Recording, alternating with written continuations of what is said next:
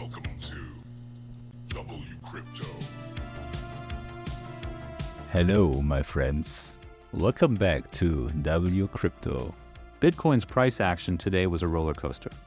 After yesterday's optimistic outlook, the market faced a sharp drop, touching around 109,900.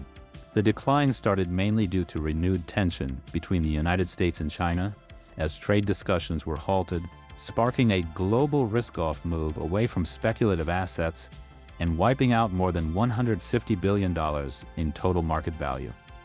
The reaction was intensified by several compounding factors: a record $19 billion in leveraged position closures, technical issues on major exchanges causing temporary price differences, outflows from spot exchange-traded products, large wallet movements, and broader macro pressure from a stronger dollar and delayed rate cut expectations.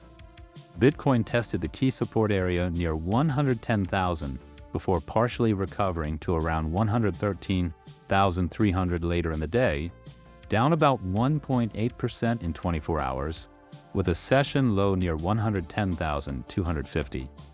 This marks another failed attempt to sustain levels above 114,000, raising questions about whether the market can defend the key range between 106,000 and 107,000 before any deeper retracement. However, today's remarks from Jerome Powell were viewed positively as he confirmed that quantitative tightening has officially paused.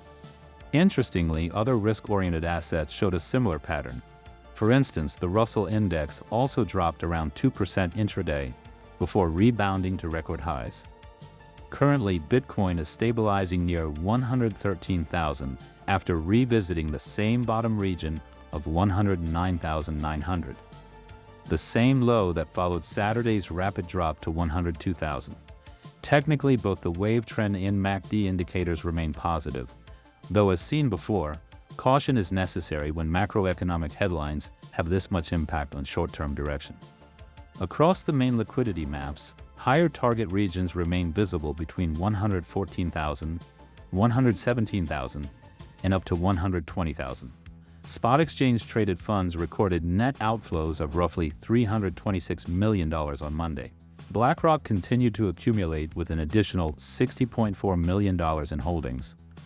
Tuesday's data may show a similar trend, given today's nearly identical price movement. For now, I'm maintaining my open positions around 115,000 and 111,000 while monitoring upcoming macro data closely. I will continue updating you daily. Join the free Discord for real-time analysis discussions. Click the like button if you got value from this video, and subscribe with notifications on to stay informed. And see you in the next one.